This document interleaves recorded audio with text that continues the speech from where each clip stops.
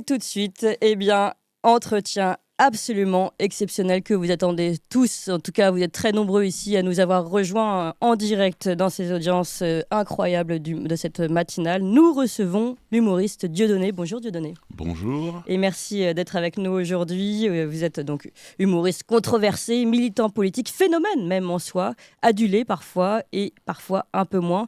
On vous reçoit évidemment à l'occasion de votre candidature aux Européennes avec Francis Lalanne. On va parler de tout ça, on va parler de votre programme, on va parler de politique, on va parler de fond, on va parler de système, on va parler d'antisystème. Et on va parler de votre parcours. Mais avant ça, si vous le permettez, je vais d'abord accueillir mes deux confrères qui nous rejoignent. Valentin Schirmer, rédacteur en chef de Tocsin. Bonjour Valentin. Bonjour Clémence. Et puis Régis de Castelnau, que nous avons gardé avec nous. C'est toujours pas mal d'avoir un avocat quand on est à côté de Dieudonné. Bonjour, rebonjour Régis. Je rappelle que vous êtes auteur de Une justice politique aux éditions L'Artilleur. Et je vais rappeler un de vos premiers livres, puisque c'est un petit peu d'actualité avec notre invité. Vous êtes également auteur de ce livre, La Provocation, aux éditions Phoenix. Bonjour. Oui. Rebonjour Clémence, bonjour Monsieur Mbala. Bonjour. Je vais pas être familier, vous appelez tout de suite Dieudonné. Oui, effectivement, mon premier livre, mais c'était il y a longtemps, c'était en 1980, s'appelait La Provocation, et je sais que la provocation, à titre personnel, je le sais, je l'ai pratiqué beaucoup, c'est une drogue dure, donc on va parler de il est cette drogue-là. de se départir. Donc voilà, je suis à la demande de Clémence venu vous surveiller, je crois. Non, je plaisante. Oui, évidemment. Mais justement, première question, avant de commencer ce gros entretien avec notre invité Dieudonné, je voudrais vous demander, Régis, a-t-on encore le droit aujourd'hui en France de faire une interview de Dieudonné ? Pour l'instant, oui. Pour l'instant, oui, sans problème. Légalement. Légalement, bien sûr. Moralement, Alors, vous allez me permettre de faire, comme je le fais souvent sur votre chaîne, de faire une petite analyse juridique de la situation. Nous exprimons sous l'empire de la Déclaration française des droits de l'homme, celle de 1789, articles 10 et 11. Article 10, la liberté d'opinion est absolue. C'est-à-dire qu'on a le droit de penser ce qu'on veut. Il n'y a pas encore de police de la pensée et de moyen de savoir ce que vous avez dans la tête. Et ensuite, la liberté d'expression est également absolue, mais il peut y avoir des limitations qui doivent être décidées par la loi s'il y a un intérêt public qui le justifie. Et ensuite, le contrôle ne peut se faire qu'à posteriori, c'est-à-dire une fois que la personne a exprimé, éventuellement en utilisant sa liberté de façon fautive, et c'est le juge qui doit le décider.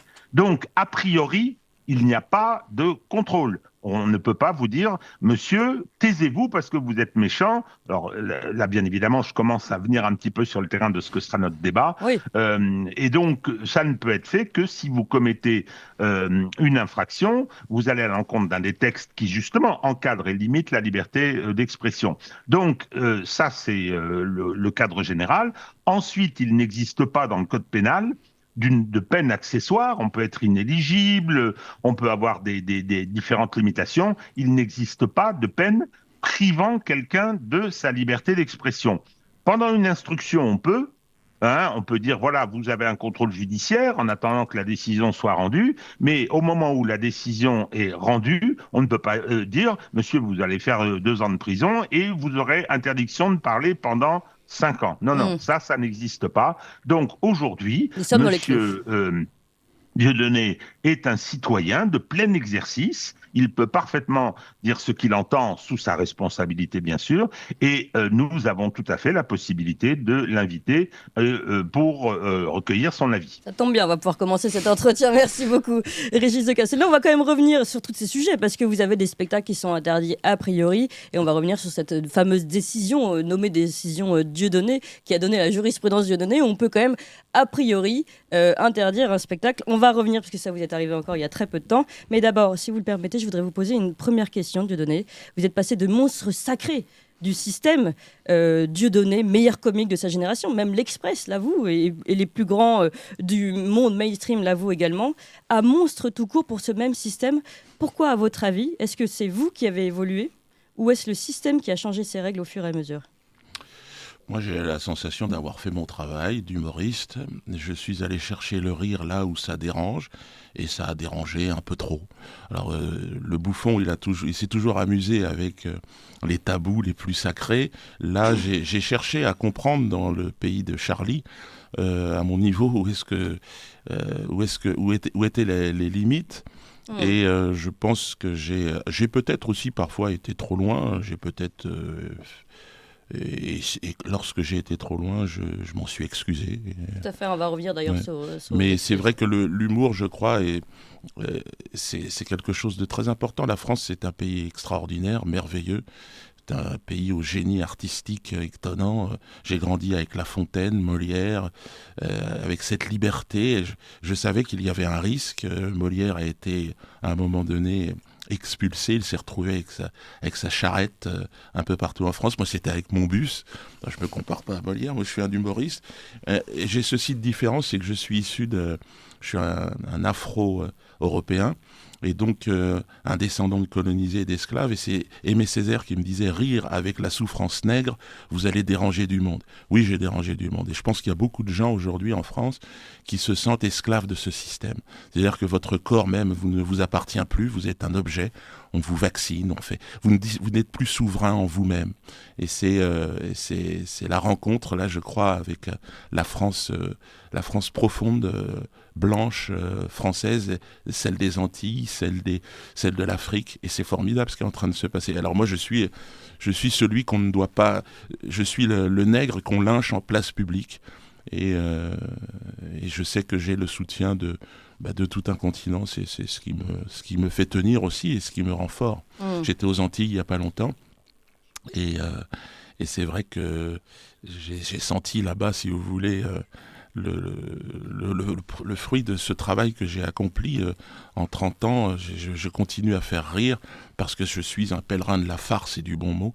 Et encore une fois, je le dis, je n'ai jamais, en tout cas consciemment, voulu inciter à la haine envers quiconque. Je n'ai jamais fait d'amalgame. Et si j'ai blessé, je m'en suis excusé. Voilà. Et vous avez payé aussi vos peines, il faut le dire, Oui, également. 30. Mais ça fait partie de mon œuvre, j'ai envie de dire. Là, récemment à Toulouse, j'ai eu en première partie la visite de la gendarmerie. C'était extraordinaire, c'était un moment pour moi de grâce. On va en parler justement, oui. Ah bah tiens, si vous voulez, pour qu'on en parle, on va passer un extrait où vous commenciez, donc c'était samedi dernier si je ne me trompe pas, samedi 2 mars, donc à Toulouse. Vous commenciez un spectacle et voilà ce qui s'est passé, on regarde. Merde, les figurants. Qu'est-ce qui se passe ce soir? Je vous explique. Il y a eu un arrêté préfectoral qui interdit le spectacle Dieudonné sous bracelet. Je vous ai prévenu à l'entrée que j'ai pas mal de spectacles sous le pied, on va dire, dont mon nouveau spectacle, que j'ai pas encore testé. On va tout à fait le faire. Et donc j'ai expliqué, et donc c'est pour ça que vous êtes rentrés, que vous n'aurez pas, vous ne pouvez pas assister à ce spectacle ce soir, mais je vais vous parler. Et là, il y a un responsable de la police qui vient me dire, alors qu'il n'y a aucun arrêté, c'est complètement illégal, que je ne peux pas vous parler. Attention, je ne suis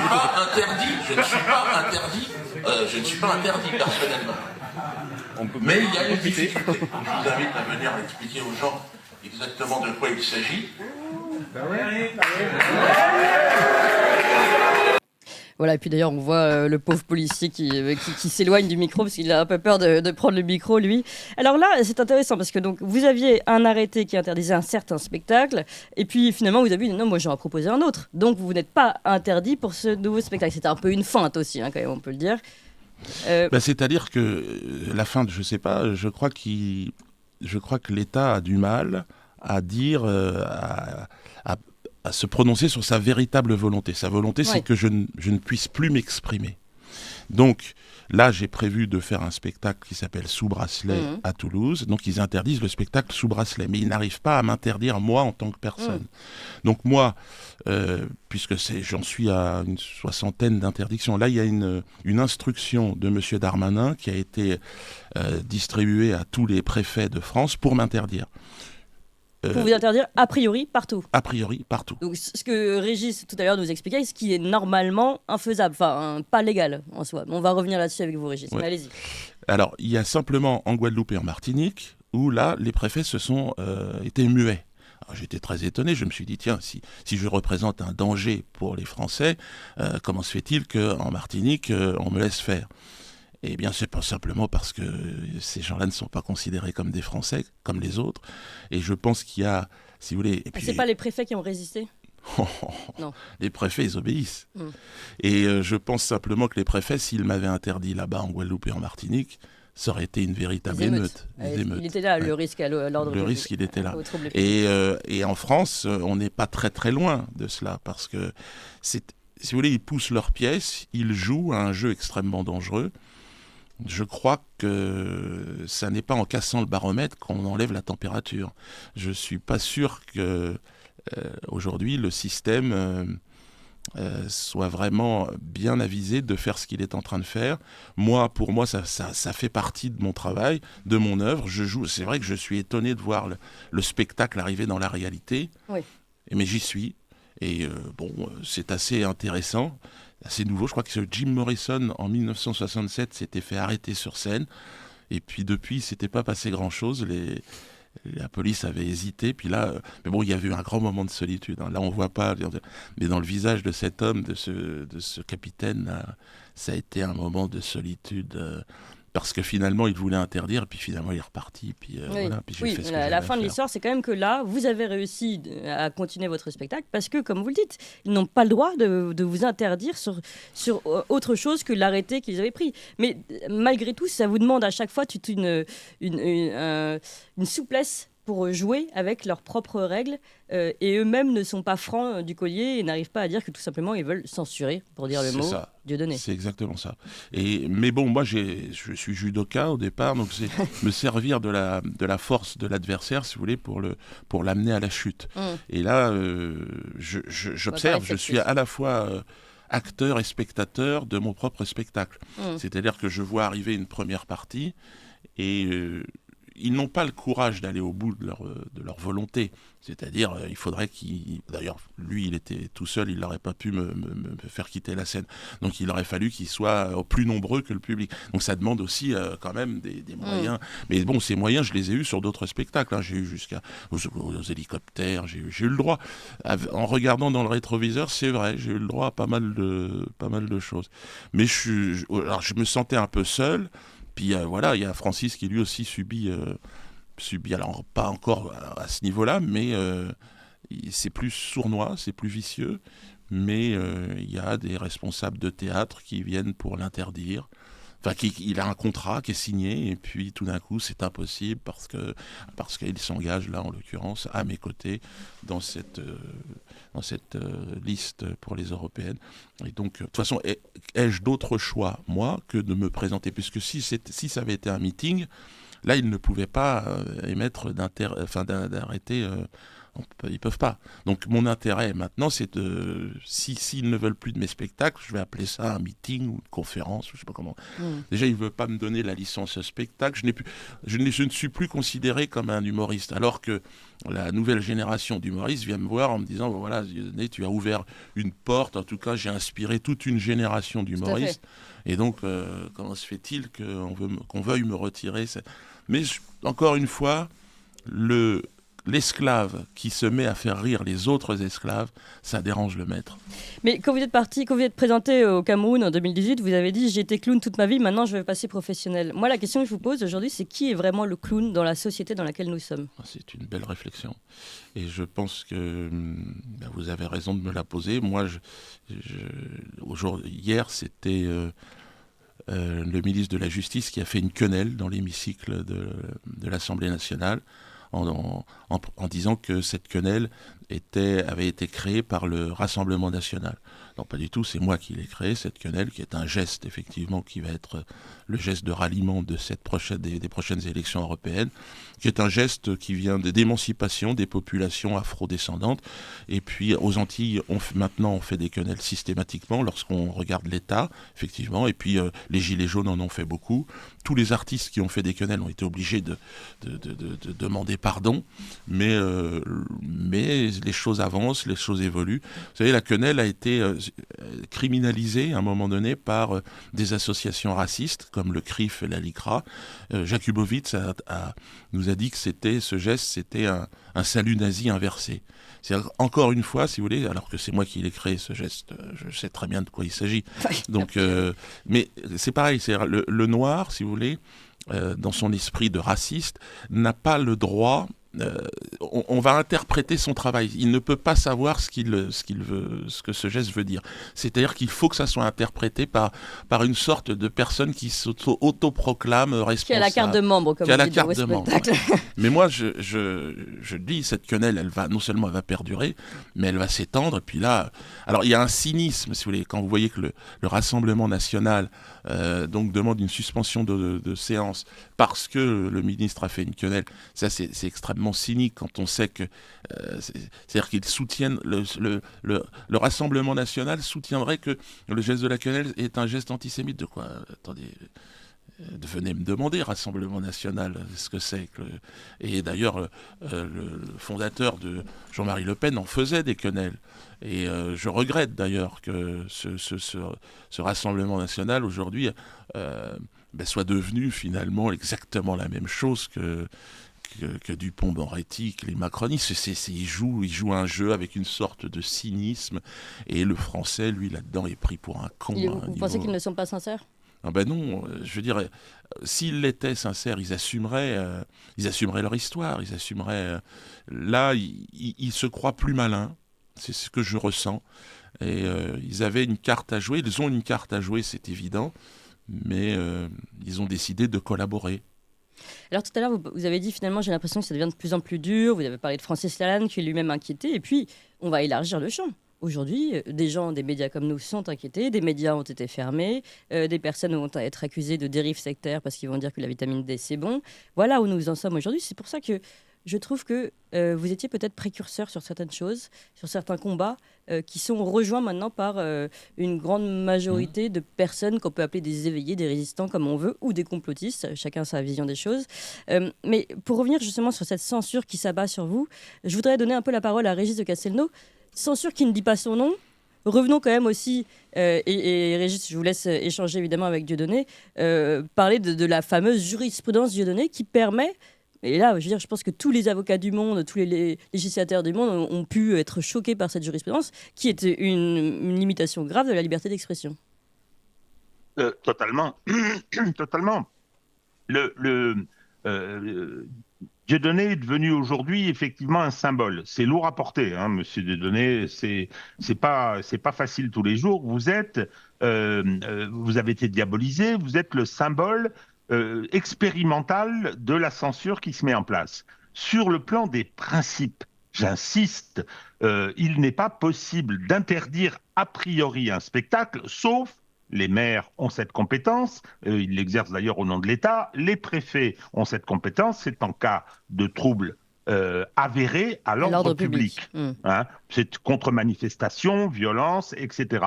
En aucun cas, on peut dire, c'est parce qu'il va être dit un certain nombre de choses à l'occasion de ce spectacle. Ça, je suis désolé, c'est contraire à la Déclaration des droits de l'homme, c'est contraire à la Constitution de la République française. Donc, cela n'est pas possible. Alors, qu'est-ce qu'on fait?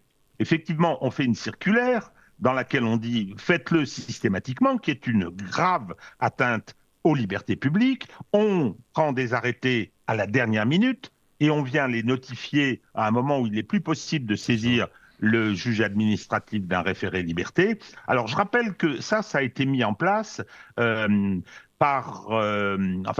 c'est-à-dire cette mécanique a commencé avec l'ineffable Manuel Valls. Vous savez, le grand honnête homme que nous connaissons bien. Eh bien, le Conseil d'État, dans un premier temps, avait renoncé à une jurisprudence qui avait presque 100 ans, le fameux arrêt Benjamin. Oui. Et donc, mais après, il est revenu. Il l'avait fait à une occasion, je ne me rappelle plus où devait avoir lieu ce spectacle. Il avait interdit un spectacle a priori. Oui, c'était donc le 9 janvier 2014, hein, le Conseil d'État référé. Donc, mais ensuite, il est revenu sur cette jurisprudence, la juridiction administrative, et un certain nombre d'interdictions ont été annulées. Mais le problème, c'est qu'on essaye d'asphyxier. On le fait systématiquement. Et ça ne tombe pas que sur Dieudonné, ça tombe aussi sur des associations, ça tombe sur des gens qui organisent des colloques. Je pense à Jean-Yves Le Gallou, et Dieu sait si je n'ai aucune affinité politique ni idéologique avec lui, mais on lui a annulé quasiment le matin même. Les frais étaient engagés, tout ça était engagé. Ça relève d'une stratégie de censure qui s'aggrave tous les jours. Ouais. Et alors, je voudrais rajouter quelque chose, Régis, à ce que vous dites, et faire réagir Dieudonné, parce que c'est là où ça commence à devenir grave, non seulement pour Dieudonné, mais finalement pour tout le monde. Et c'est pour ça qu'il est temps que tout le monde écoute ce qui se passe aujourd'hui. La fameuse jurisprudence Dieudonné, là, le Conseil d'État en référé, donc qui a été annulé après, mais ça montre bien où ils voulaient aller, le 9 janvier 2014. Donc ils avaient repris évidemment les classiques risques de troubles à l'ordre public, bon, ça c'est facile, mais on avait eu une censure au nom de conception morale. Et là, ça commence à devenir inquiétant. Et je cite, le risque sérieux que soit de nouveau porté de graves atteintes au respect des valeurs et principes, notamment de dignité de la personne humaine consacrée par la Déclaration des droits de l'homme, des citoyens et par la tradition républicaine. Voilà, donc on avait ce risque d'atteinte aux valeurs et principes, notamment de la dignité de la personne humaine. Mais là, on est dans la subjectivité pure, en fait, la dignité de la personne, notion morale. Ça porte un nom, Clémence. Ouais. Ça porte un nom, ça s'appelle l'ordre public immatériel. C'est n'importe quoi. C'est-à-dire que c'est un dévoiement. La liberté d'opinion est totale. J'ai le droit d'être nazi dans ma tête. J'ai le droit de dire il faut exterminer les juifs dans ma tête, de me dire à moi.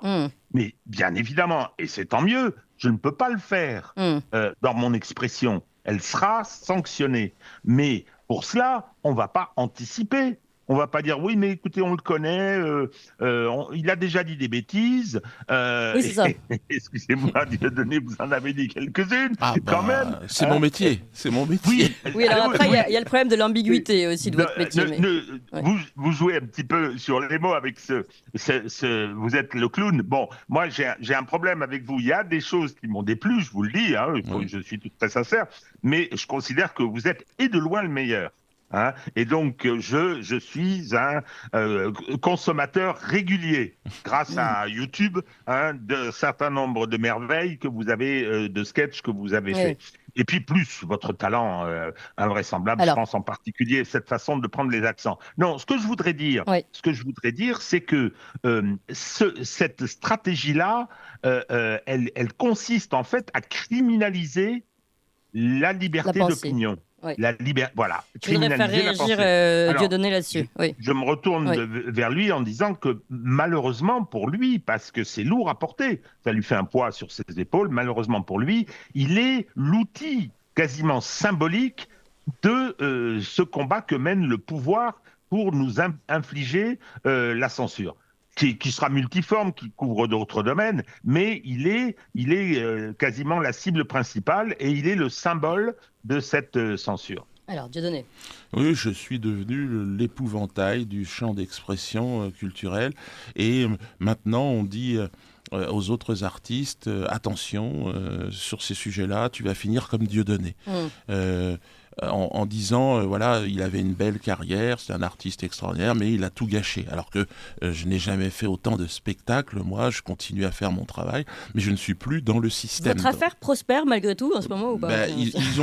C'est-à-dire, je joue partout, je suis partout, toutes les semaines, 3 jours par semaine. Et ils arrivent donc pas complètement à vous stopper. Là, la semaine dernière, ils m'ont envoyé justement... en fait, ce que j'ai réussi à mettre en place, c'est un système complètement alternatif. Un peu ce que vous faites, si vous voulez, si ce n'est que vous êtes localisé, c'est-à-dire qu'on pourrait venir vous fermer l'immeuble en bas. Ce qu'ils ont fait. Suggérez pas trop de... Non, avec le théâtre de la main d'or. Non, mais c'est ça, toute la difficulté. Moi, je me suis adapté. J'ai un bus, j'ai joué mes spectacles quand on m'a retiré mon théâtre de la main d'or. Là. Et puis, donc, je m'adapte systématiquement. Et donc, c'est ce qui... je n'ai plus besoin... J'ai ma propre billetterie, j'ai mon propre média. J'ai été banni quand même faut le savoir quand même, de YouTube, de TikTok, là on est en procès justement avec ces plateformes parce qu'ils continuent à exploiter mes sketchs sans pour autant que je sois rémunéré ou mes droits d'auteur soient respectés. Donc c'est un travail intéressant pour moi parce que plus la pression s'exerce et plus l'expression en fait est riche et plus j'ai besoin de m'exprimer pour éviter de tomber, je ne sais pas dans quel état dépressif. En tout cas, moi, c'est ma façon d'avancer. Donc là, aujourd'hui, je suis très inquiet, c'est sûr, pour la France de manière générale, qui est un pays que j'aime beaucoup, que je pense que ça a été, sur le plan culturel, vraiment un phare quoi, pendant des siècles, et que la France est en train de tout perdre. Et c'est terrible. On va revenir d'ailleurs sur votre programme et sur le fond de ces questions-là. Valentin Schirmer. Oui, je voulais faire une dernière chose sur votre parcours, sur le combat que vous avez porté, parce qu'on va parler évidemment de l'humoriste que vous êtes ensuite, mais sur votre combat, est-ce que en regardant dans le rétroviseur, vous n'avez pas l'impression, parce que l'un de vos combats, ça a été de dire que la souffrance ne doit pas avoir sa place dans le débat public, ou en tout cas, c'est un combat qui doit être personnel et qui ne doit pas intervenir dans le débat national, dans la communauté nationale. Est-ce que vous n'avez pas l'impression aujourd'hui que cette souffrance, qu'elle soit juive, noire, elle est plus que jamais omniprésente, et y compris cette fois-ci aujourd'hui pour les minorités maghrébines et africaines en France? C'est-à-dire que on vous faisait à l'époque un chantage à l'antisémitisme, vous savez, qui peut être contestable. Aujourd'hui, il y a un chantage au racisme et ce débat. À la transphobie, voilà. Et donc en fait, l'interdiction de vos spectacles, finalement, a donné lieu à un engrenage où finalement toutes les minorités ont voulu avoir leur souffrance sur le débat, sur l'opinion sur combat eux. Victimaire. Et donc, en fait, quelque part, tout ce que vous avez porté, c'est quelque part effondré, en fait, où on est plus que jamais censuré. Je vois à peu près ce que vous voulez me dire. Moi, en fait, mon objet humoristique que j'ai travaillé, c'était la compétition victimaire. C'est-à-dire, j'ai grandi dans un système qui hiérarchisait les souffrances. Il y avait une souffrance de lumière et les autres n'existaient pas. Moi, j'ai simplement voulu, au tout départ, parler du code noir. C'était un code qui réglementait le commerce des esclaves, enfin, qui donnait une réalité juridique à l'esclave, un bien mobilier. Enfin bon, c'était assez incroyable, et donc je voulais faire quelque chose là-dessus. Mais je vous réponds que je suis le mélange d'une Bretonne et d'un Camerounais, moi. Donc potentiellement des ports de Nantes ou de Bordeaux, si vous voulez, c'est de là aussi où les esclaves étaient... c'était des ports négriers. Donc vouloir culpabiliser quiconque, non, ça n'a jamais été mon point de vue. J'ai toujours voulu simplement avoir accès à la vérité historique. Il y a des Noirs, vous savez, je suis bien placé pour savoir qu'il y a autant de cons chez les Noirs que chez les Blancs, que chez les Juifs, que chez les musulmans. Mais il y a un monopole de la souffrance dans l'éducation nationale, tout ça, dans les... Vous trouvez que c'est encore le cas aujourd'hui? Parce que dans les manuels scolaires, on a énormément de chapitres qui sont consacrés à la colonisation, à Peut-être que les manuels scolaires ont évolué depuis que vous preniez la parole. Tant mieux s'ils ont un peu évolué sur ces questions-là. Là, aux Antilles, alors tant mieux. Moi, je pense que les gens ne sont pas responsables de ce qui s'est passé, c'est juste avoir accès. Alors attention, on a accès un petit peu, mais pas énormément. Je veux dire, c'est pas encore la vérité. Dans les nouveaux manuels, vous vous rendez pas compte, ils apprennent ça avant les rois de France. C'est vrai, mais c'est pas forcément la vérité. Alors effectivement, et je voudrais pas, comme à la période de l'antiracisme, si vous voulez, que nous servions de bouclier. C'est-à-dire qu'on va mettre la cause des musulmans, la cause des Noirs devant maintenant pour cacher quelque chose. Mais justement, il y a un effet, mais peut-être c'est ce que vous aussi voulez dire, Valentin, j'imagine, derrière vous, vous avez ouvert une porte à LFI, par exemple. Alors, à une certaine frange de LFI. Ouais, c'est possible. Peut-être que... Mais... Sans forcément que vous le vouliez, parce que en tout cas, il y a eu des gens comme David Guiraud qui se revendiquent de vous avoir suivi dans les années... D'ailleurs, je pense que c'est difficile de comprendre le positionnement de LFI sur le conflit israélo-palestinien si on n'a pas cette vision-là, où il y a des gens qui ont été socialisés à votre contact, et à Alain Soral aussi, parce que vous étiez encore un clown, mais... Mais non, c'est vrai qu'on a l'impression que en voulant, en fait, votre combat sur la souffrance a donné les fruits inverses. Alors, mon combat pour quelle souffrance? C'est-à-dire que la souffrance des Noirs, par exemple? Parce qu'en fait, j'ai pas compris, si vous voulez, si vous étiez dans l'ambiguïté, si vous vouliez bannir toute souffrance, en tout cas toute culpabilité plutôt, pas toute souffrance, que dans l'espace public, ou si vous vouliez que finalement la souffrance des Noirs soit autant reconnue que celle des Juifs. Mais du coup, est-ce que ça ne fait pas un combat où toutes les souffrances sont mises sur le tapis et finalement on ne peut plus rien dire? Moi, à aucun moment, j'ai voulu culpabiliser quiconque. Bien évidemment, personne n'est responsable aujourd'hui de ce qui s'est passé il y a un certain temps, à la traite des Noirs, par exemple. Il y a une partie des Antillais qui demandent de réparation. Mais la réparation, c'est par rapport aux békés. Vous savez que les békés, donc les descendants d'esclavagistes, détiennent encore le foncier, par exemple, à la Martinique. Donc c'est toutes ces terres qui... donc ça, c'est une vraie question. Si vous voulez. Est-ce que l'État pourrait pas récupérer ces terres et permettre à tous les Antillais, quelle que soit leur ethnie, de pouvoir bénéficier de ces terres? C'est une vraie question, les réparations. Bon, maintenant, les réparations... qui a lancé ce débat? Qui a lancé la compétition victimaire? Je suis désolé de le dire, mais c'est le CRIF qui rassemble tous les ans, lors d'un dîner, les élus de la République. Oui. Moi, je suis contre le communautarisme. Je pense que c'est un danger. Et c'est pas moi qui ai lancé le communautarisme. Non, vous parliez d'Alain Soral. Justement, on avait fait une liste, d'ailleurs, ensemble. À un moment donné, c'était aux Européennes. Et il y avait déjà des gens de toutes les communautés. L'idée, c'est de pouvoir se retrouver et justement de transcender ce communautarisme installé par les premiers responsables, c'est le CRIF, qui ne représente pas les Juifs de France en plus. Mais c'est une association qui est en train de ronger, c'est un cancer, si vous voulez, que la France Tiens, on va parler du cancer aussi. Et qui est en train de ronger, en fait, on va dire, la France, qui est en train de nous diviser, pour mieux régner. C'est assez simple comme fonctionnement, mais ça fonctionne. Et effectivement, si des gens ont pu penser que simplement le fait de vouloir avoir accès à son histoire, mon histoire d'afro-descendant, c'était vouloir culpabiliser les autres, j'en suis désolé, ça n'a jamais été mon intention. Si des gens, sur le plan politique, ont récupéré cette parole pour s'en servir, un peu comme l'antiracisme, un peu comme l'anti... C'est toujours à mon corps défendant.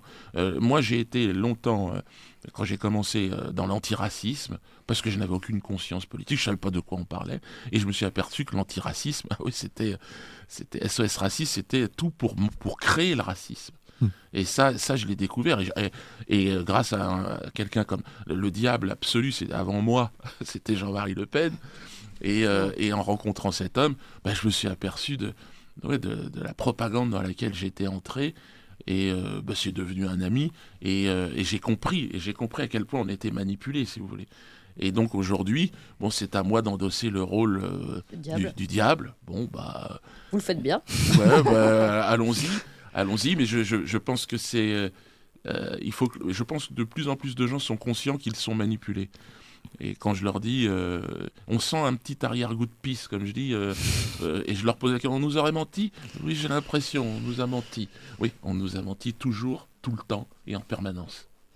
Alors on va aller justement sur votre programme, ce que vous dénoncez peut-être avec Francis Lalanne, puisque vous montez une liste pour les européennes. Vous ne savez pas encore qui sera tête de liste, qui sera sur l'affiche? Moi, si je suis tête de liste, ça sera en paprika, ça sera en personnage transgenre avec une perruque. Mon idée, si vous voulez, maintenant, c'est d'amener, puisque les clowns non assumés occupent la tribune, c'était d'arriver en professionnel cette fois-ci. Alors attention, il y a quand même une dimension attention sérieuse. Les clowns, j'arrive. Ouais, mais attention, moi je m'occupe de la partie clown. Bon, Francis a, parce qu'il faut quand même, il y a une démarche un peu sérieuse, faut un certain nombre de personnes, faut que les listes... Bon, ça, je laisse à Francis.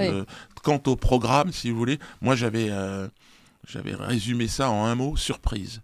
Bon, on m'a dit c'est peut-être pas suffisant, mais moi je voudrais fonctionner. Ça marche pas comme les spectacles. Vous pouvez dire fonctionner à base de surprise. Oui. De toute façon, c'est une imposture le programme. Tous les programmes, c'est l'art du mensonge. Je pourrais me lancer là-dedans, dire grâce à moi et je pense que les gens entendent ma voix, vous aurez plus d'argent, vous serez en meilleure santé, la Terre et la planète ira beaucoup mieux, et le trou dans la couche d'ozone n'existera plus. Plus de réchauffement climatique. Terminé. Je vais régler en l'espace de 2 mois tous les problèmes. Votez pour moi. Donc ça, je pourrais le faire. Et d'ailleurs, ce serait mon rôle d'humoriste de le faire. Mais je vais laisser les autres le faire et puis je vais aller plus loin. Je vais les entraîner sur le terrain. Un terrain qui est... Là, ils sont en train de commencer à faire des quenelles à l'Assemblée. C'est bien. Effectivement, c'est qu'ils sont perturbés par une voix qui est là, qui existe, que vous me donnez la parole. Une voix qui, peut-être, exprime une certaine... vérité, une certaine sincérité, peut-être que les gens peuvent avoir confiance dans cette voix. Et franchement, moi, vous pouvez avoir confiance, je vais vous faire rire. Tout ce que je peux vous dire. Mais ce qui est sûr, c'est que le clown, dans une société du spectacle, en général, c'est celui qui dit la vérité dans la mise en abîme. Donc c'est là où c'est intéressant de vous suivre. Et justement, allons dans cette vérité, dans ce que vous dénoncez, parce que malgré tout, bon, vous parlez de surprise et vous rigolez, mais derrière... On peut entendre à travers vos spectacles aussi des éléments qui reviennent régulièrement et qui peuvent nous parler à nous tous aujourd'hui. Et puis d'ailleurs aussi dans les dénonciations que fait Francis Lalanne quand il prend la parole. Et notamment sur cette notion d'antisystème. Ce système aujourd'hui, vous l'avez dit, qui finalement nous rend esclaves, nous aussi français. À propos de ça, il y a 2 extraits de vos spectacles qui sont très intéressants sur ce système d'esclavage dans lequel on s'est enfermé et de critiques américaines. On va les écouter, puis ensuite on va en parler. Le premier donc, où vous critiquez les médias, les banques et les États-Unis. Mais je ne suis pas le plus à plaindre. Moi, j'ai un pays qui m'attend. Enfin, un pays, une forêt. Mais oui, mais rigole, vous, peuple de France, qu'allez-vous devenir, hein? Allez-vous survivre à l'occupation des banques et de leurs médias? Voir un peuple que l'on aime perdre, tu sais, sa dignité, son histoire, tu sais. Car en vérité, je vous le dis, peuple de France, je vous aime. France, pays extraordinaire, culture extraordinaire, chantre du raffinement, de l'élégance. Et vous voilà devenu aujourd'hui la dernière des putes de parking sur l'autoroute de la décadence américaine. Il faut bien qu'un bon boula vous le dise. Ça part en couille, votre histoire. Alors là, vous avez dit beaucoup de choses, hein, Dieudonné. Si vous voulez bien, on enchaîne avec un autre et vous commentez après sur la totalité. On enchaîne avec la grippe H1N1. Tu sais, là, je fais le mariole, je fais les gros bras, là. Mais ça m'arrive d'avoir des doutes. Faut pas croire. Des fois, je suis devant ma télé, devant les infos sur TF1, je dis merde. Il dit l'inverse de ce qu'il disait hier, je comprends. Je sens qu'il y a sa foire. Mais je veux dire, je me remets en question, je prends du recul, ouais, je m'adapte. Moi, c'est la version officielle des attentats du 11 septembre. C'est vrai que j'ai eu du mal. Au départ, moi, je suis dans le bâtiment quand même. Quand j'ai vu les 2 implosions, j'ai dit, bon, il y a Gérard Majax qui remet les couverts, tu vois. Quand t'es dans la combine, tu vois les trucs. Mais je me suis remis en question. Je me suis dit, bon, je peux y croire, je suis pas moins con qu'un autre. J'ai regardé TF1 en boucle, je me suis fait une culture. Aujourd'hui, ferme-la. Aujourd'hui, je crois en tout, mais parce que je me bagarre. Ah ouais, je crois en tout. La grippe H1N1, par exemple. Je prends toujours cet exemple. Je me suis fait vacciner 5 fois, moi. Je te jure, le mec du centre, à la fin, il me disait, mais tire-toi, tu veux crever, toi? J'ai dit non. J'ai vu à la télé, j'ai le droit à mes vaccins. Donne-moi-en un autre. Il voulait pas, le mec. Je me suis servi, j'ai pris un vaccin, je me suis piqué dans l'œil de mon... Je t'emmerde. Tu dois être plus malin. Tu dois être plus malin que le système. Alors, beaucoup d'éléments, mais en fait, à chaque fois, critique du système, ça c'est clair, le système, les banques, les médias, les Américains. Et ce qui est intéressant, c'est que finalement, beaucoup, aujourd'hui, arrivent à ce que vous disiez là, mais il y a bien plus longtemps, 2017, 2010. Beaucoup commencent à ouvrir les yeux seulement maintenant, et notamment avec l'effet, le déclic Covid. Est-ce que vous le ressentez, ça? Oui.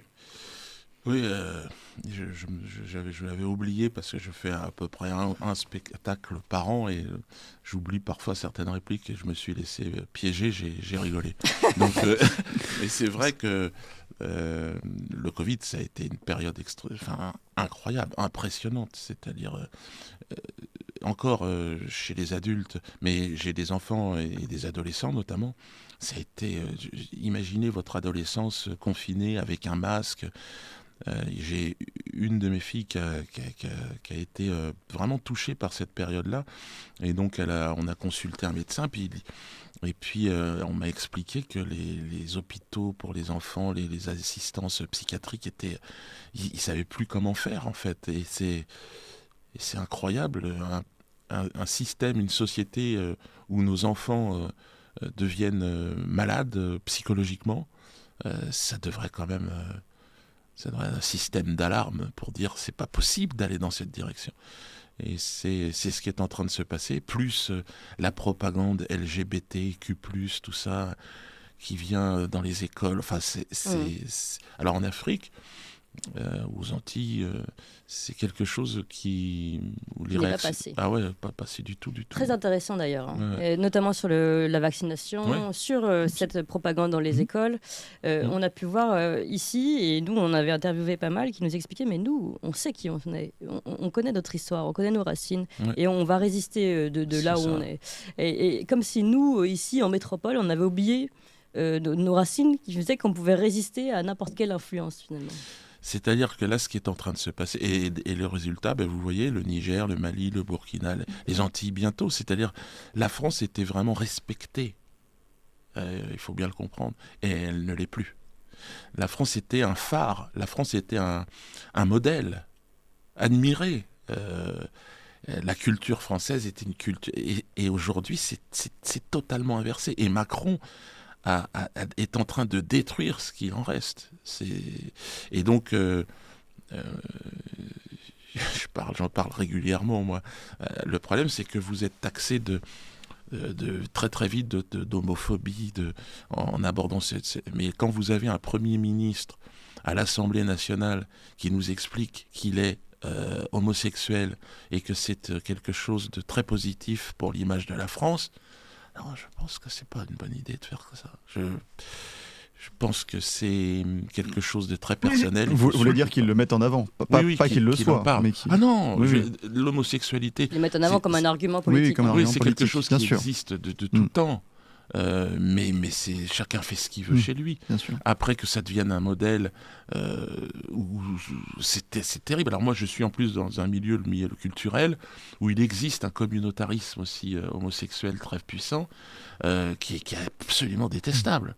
Et ils ne représentent pas les homosexuels, bien évidemment, qui eux sont dans leur coin et bien souvent d'ailleurs sont contre ce lobby, parce que ce lobby qui les met en danger, qui les met en première ligne en fait. Et qui leur donne une image complètement qu'ils n'ont pas du tout. En fait, ce sont des tirailleurs sénégalais. Ils sont en première ligne, ils n'ont rien demandé, et tout d'un coup, mais je pense que, en tout cas, on le voit aussi, l'Église s'interroge. Moi, je suis chrétien. L'Église s'interroge sur le célébrer les mariages. Bon, en Afrique, ça a été c'est impossible, c'est inconcevable. Mais quelle est votre analyse finalement politique là sur ce qui se passe et je pense avec accélération ces dernières années pour la France? Je pense que la France doit retrouver ses valeurs, et je pense que c'est en Jésus-Christ qu'elle pourra. C'est le fondement même c'est lui qui va nous rassembler, qui va rassembler ce monde qui est en train de se perdre. Moi, c'est ce que je pense. Peut-être que si j'étais dans une autre culture, une autre religion, peut-être que mon Christ aurait un autre nom. Encore une fois, il n'appartient pas, le Christ, pour moi, à ce monde chrétien. Il est au-delà. Il est celui il est le chemin. Et je pense que c'est vraiment parler de lui aujourd'hui, c'est important parce qu'il n'a jamais été aussi important, moderne en fait. Alors moi, je me suis inscrit à un moment donné dans une démarche de pardon qui n'a pas été forcément entendue par tous, mais le Christ nous demande de pardonner et de demander pardon. Alors, allons-y d'ailleurs sur cette demande de pardon, puisque c'est intéressant, votre liste, vous êtes avec Francis Lalanne, qui est justement l'initiateur, si j'ai bien compris, de votre échange, enfin votre demande de pardon, on va le dire, sur le média Israël Magazine, où vous avez fait part de vos excuses, donc le 10 janvier 2023, vous avez dit pour demander pardon à ceux que vous avez pu heurter, choquer, blesser au travers de certaines de vos gesticulations artistiques, je cite. C'est ça. Une demande de pardon qui en est où aujourd'hui, reçue par par qui a entendu cette demande et peut-être aujourd'hui, où en êtes-vous vous-même? Alors, déjà, effectivement, Francis m'avait copieusement insulté à un moment donné, et puis avait demandé pardon, et je lui avais évidemment accordé ce pardon, et puis on s'est retrouvés dans ce pardon parce on partage effectivement cette même inspiration avec Jésus, celui qui nous inspire tous les deux dans notre œuvre, dans notre vie, dans notre quotidien. Mais c'est un Jésus qui n'est pas, encore une fois, qui n'est pas fermé. Enfin, moi, mon Jésus, celui que je ressens, il n'est pas là pour diviser les gens. Je veux dire, les musulmans peuvent en parler autant que moi. D'ailleurs, je crois qu'il est présent. En fait, c'est une foi, vous revendiquez une foi, peut-être quelque chose de transcendant dans une société complètement nihiliste. C'est ça. Je pense que j'avais fait un spectacle, c'était Rendez-nous Jésus. C'est-à-dire, c'est pas possible. Jésus n'appartient pas ni à ses églises, ni à tout ça. Il est là, il est présent, il est vivant. Et il faut absolument maintenant que sa parole jaillisse parce que c'est la seule qui est possible. Donc, c'est autour du pardon qu'on s'est rencontrés avec Francis. Qui est devenu un ami. On a beaucoup discuté sur ce thème du pardon. Et puis, lui avait des contacts avec des Israéliens. Moi, je connaissais absolument pas. Pour moi, de toute façon, même Israël, ça n'existait pas pour moi. C'était tout ça était. Et puis, grâce à cette demande de pardon, j'ai pu enfin discuter avec certains. Bon, et puis ça a été utile. Et puis j'ai pu voir aussi que dans cette communauté, il y avait des hystériques, des gens extrêmement racistes, et qui ne pardonneraient jamais. D'ailleurs, Netanyahou le dit, ni pardon ni oubli. Et peuple des ténèbres, pour parler. Voilà, c'est ça. Et donc alors évidemment, certains m'avaient dit, mais non, il y a tu verras, ça sera ni pardon ni oubli. Non, il y en a quelques-uns. Et je pense que c'est de cette communauté juive, des gens qu'on n'entend jamais en fait, qui sont complètement instrumentalisés par ce rouleau à compresseur du CRIF et de la LICRA qui représentent vraiment un danger pour la France, qui sont en train d'amener la guerre civile en France. Est-ce que vous mélangez pas tout quand vous dites le CRIF, la LICRA, les banques, les Américains est-ce que tout ça relève d'un même système, selon vous? Alors, moi, je suis humoriste, c'est vrai, et je vous laisse la responsabilité de vos propos. J'ai vu que de Villepin avait essayé d'aller sur ce terrain-là en disant peut-être que la haute finance qui finance les médias. Oui, moi je pense, le dîner annuel du CRIF, c'est où tout le monde va en procession, tous les responsables politiques. C'est clair que là, on n'est pas très loin de l'épicentre de la problématique de la mafia. Il y a une mafia en France. Bon, alors après, moi, en tant qu'humoriste, je le vois, les médias, les portes me sont fermées. Il y en a qui ont un accès, une carte VIP, et je vois un petit peu leur proximité avec cette mafia dominante. Et encore une fois, qui ne représente pas tous les juifs. Les juifs sont encore le bouclier de ces gens-là. Mais ça serait bien que des juifs s'expriment et se désolidarisent de ces associations dangereuses. Et c'est tout mon travail, il est là. Alors, vous parliez, parce qu'il y a des gens qui ne veulent plus parler, qui ne veulent plus communiquer. Donc moi, je pense que par le biais de l'artistique, on peut encore créer des passerelles et des liens. Mais il est clair que c'est compliqué, c'est difficile. Là, avec Francis, qui lui est un poète en plus, donc c'est magnifique. Moi, j'ai grandi avec les Nougaro, c'est lui qui m'a donné envie de faire ce métier. Je pense que ce serait extraordinaire d'avoir maintenant à la tribune politique des gens comme Francis qui parlent, qui savent écrire, qui savent parler, qui savent... Et donc, moi, je défends les artistes, même si c'est vrai que la plupart sont des putes du système, faut être honnête, mais une pute a aussi un art. Des talents et un art. Et donc, voilà, j'aime ce qui est beau, gangster du beau, et je pense que les artistes sont là pour amener un peu... C'est suffocant, la tribune politique aujourd'hui. C'est insupportable, c'est laid, c'est moche. Là, tout ce qu'ils racontent, leur propagande aujourd'hui devient... eux, ils ont perdu pour le coup, le sens du réel, ils savent plus où ils en sont. Enfin, selon moi. Hein. Oui, non, mais ça, c'est intéressant. C'est-à-dire que le clown, encore une fois, est dans le réel, tandis que la politique ne l'est plus. C'est très troublant. Oui. Mais c'est très troublant parce que moi, je suis pèlerin de la farce, c'est mon métier. J'aimerais partir sur un grand rire, un grand sourire de ce monde, de cette société. Et donc, c'est vraiment... J'ai foi dans le rire. Je pense qu'on est en paix quand on arrive à sourire ensemble, à rire ensemble. J'aime le rire profondément. Je ne suis pas arrivé à l'humour, moi, pour faire du cinéma ou pour faire un métier. C'est quelque chose qui m'est très, très cher. Donc, je pense que là, on est face à des gens qui pensent être très sérieux et qui, pour moi, deviennent fous. On a fait ce spectacle, La Cage aux Fous, avec Francis. Et cette cage aux fous, c'était que la réalité devienne spectacle. J'ai l'impression qu'on est en plein dedans. Et que cette tournée, puisqu'on va partir en tournée avec de meeting, une tournée meeting, où finalement, on va entre spectacle et les discours politiques, on va essayer de... Je vais laisser à Francis le discours politique.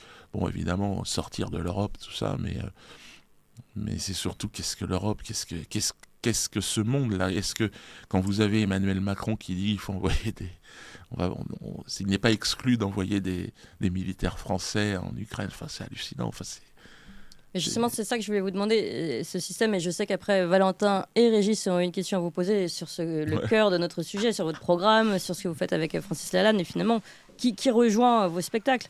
Mais comme je le disais tout à l'heure, on a l'impression que beaucoup de choses que vous dénonciez à travers le rire, évidemment. Bon, là, on a entendu la grippe H1N1, on a entendu les médias. Je fais tout pour croire, grâce à TF1, je commence enfin à devenir lucide. Enfin, je ne sais plus comment vous le dites exactement, mais bon... Donc, on a l'impression que tout ça, tout ce que vous racontiez avec le rire, se renforce et s'accélère aujourd'hui. Ouais. Donc, je voulais vous redemander encore une fois, parce que je vous posais la question, mais on n'est pas vraiment allé dans le truc. Est-ce que vous pensez qu'on est justement dans un processus un peu particulier d'accélération de la farce géante et que de plus en plus de Français sont pris dedans? Le mensonge. Et par quelles illustrations on pourrait... Le mensonge, c'est ça qui... J'étais très étonné parce que je suis un habitué des tribunaux. Et ce que j'apprécie, le projet, l'utopie dans le tribunal, c'est travailler ensemble à la manifestation de la vérité. Et aujourd'hui, les tribunaux sont devenus des auxiliaires des médias. C'est-à-dire que les médias jugent et les tribunaux tamponnent. Et rendent officielles les condamnations. Et ça, on l'a vu, je me souviens avec ces élections, avec Fillon à l'époque, qui a été éjecté. Ça, c'est le sujet de Régis de Castelnau. C'était hallucinant. C'était la prise de pouvoir des tribunaux. Et dans le rire, c'est le cas. Et c'est étonnant parce que le dernier pilier de ce qui pouvait ressembler à quelque chose de vrai, c'était la justice. Et de voir la justice à ce point gangrénée, enfin, il y a un vice, c'est terrible. La justice gangrénée et détournée, c'est-à-dire que quand on voit l'article 4 sur les dérives sectaires, on est dans la psychiatrisation de l'ennemi, en fait, de celui qui pourrait... C'est schizophrénique, c'est-à-dire c'est un système qui ne... je le vois, et j'ai été l'élément révélateur, malgré moi, de la schizophrénie du système, c'est-à-dire... et puis là, effectivement, vous le notiez... Interdire a priori, c'est quelque chose d'extraordinaire. Et puis quand je leur demande, mais qu'est-ce qui est interdit dans mon spectacle, il n'y a pas de réponse. Parce que je leur ai dit, j'ai même envoyé mes sketchs au procureur pour qu'ils me disent ce que je dois retirer. Pas de réponse. Et puis un arrêté préfectoral derrière. Donc bon, est-ce que c'est pas au clown justement de devenir la propre matière de son expérience et de révéler en fait l'imposture. Mais c'est vrai moi je pense que c'est d'avoir quitté le chemin de la vérité qui a rendu cette société aujourd'hui complètement perdue. Et aujourd'hui, quelle parole incarne la vérité si ce n'est celle du Christ ? Je vois pas. C'est une société qui est chrétienne. et blanche et chrétienne. Le Zemmour arrête pas de le dire. Ouais. Mais non, mais qui cite Zemmour, ça va. non, mais je pense que, je veux dire, quand ça va redevenir chrétienne, ça va être formidable. Moi, je sais, je travaille aussi à ce que les gens puissent, à la rémigration, c'est-à-dire que les Africains puissent retourner, ceux qui se plaisent pas ici, retourner en Afrique, parce qu'il y a besoin d'eux là-bas. Ça, c'est très intéressant, parce que c'est aussi un vecteur de paix, de pouvoir vivre très bien chez soi. Tout à fait. Et je trouve ça plutôt justement l'antiracisme qui va instrumentaliser ces gens-là en leur disant la France, vous faites partie de l'histoire de la France, et en même temps avec ce mépris. C'est-à-dire qu'on essaie de nous dire des choses. Oui. Moi, mon père qui a grandi au Cameroun et qui a été camerounais toute sa vie, il n'est plus là, et il a appris nos ancêtres les Gaulois au Cameroun. Oui, ça fait un peu. Ça va pas. Ses ancêtres n'étaient pas gaulois, et c'est pas un problème. Et on est ensemble, et c'est ça, c'est cette variété qui est magnifique. Et je veux dire, il y a tout un tas aujourd'hui d'Afro-Européens, d'Afro-Français. Ils ne sont pas bien. Il faut qu'ils puissent retourner dans des pays qui ont besoin d'eux en plus. C'est-à-dire qu'on a besoin de gens qui se sont formés ici et qui reviennent et c'est moi tout mon travail, c'est de dire moi je suis Camerounais, c'est de dire aux jeunes Camerounais venez, parce que là il y a les Chinois, il y a les Américains qui sont en train de. Mais c'est la parole du cardinal Sarah d'ailleurs. Vous parlez de chrétienté. Lui dit il faut que chacun renoue de son pays et reconstruise son pays. C'est ça. Mais vous êtes aussi tout à fait aligné avec les BRICS finalement. Oui. Chaque pays revient et doit revendiquer ses nations. Alors, vous parliez d'Éric Zemmour, on va passer un petit extrait d'Éric Zemmour et ensuite une question chacun. Régis, Valentin, préparez votre question. Mais d'abord un petit extrait, puisque vous parliez d'Éric Zemmour, sur Éric Zemmour qui renvoie tout le monde au pays. Nous, on a pris la fuite. Moi, ça a été l'élection d'Éric Zemmour, hein. Ça a été le top départ. Hein. Quand Macron l'a nommé Premier ministre, là, dans le deuxième gouvernement, j'ai dit il faut qu'on y aille. De toute façon, il l'a dit Zemmour. Ils ont d'abord viré les bougnoules. Après, ça a été les négros. Hein, après, ça a été les gitans, les PD. Les PD, ils en ont gardé un peu. Et puis...